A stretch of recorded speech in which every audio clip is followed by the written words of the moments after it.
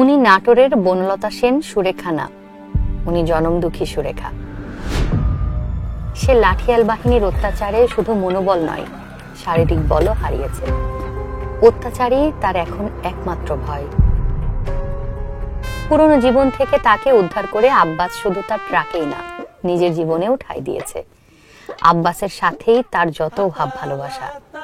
সে কারো সাথে কথা বলে না, সারাদিন শুধু ভাবে।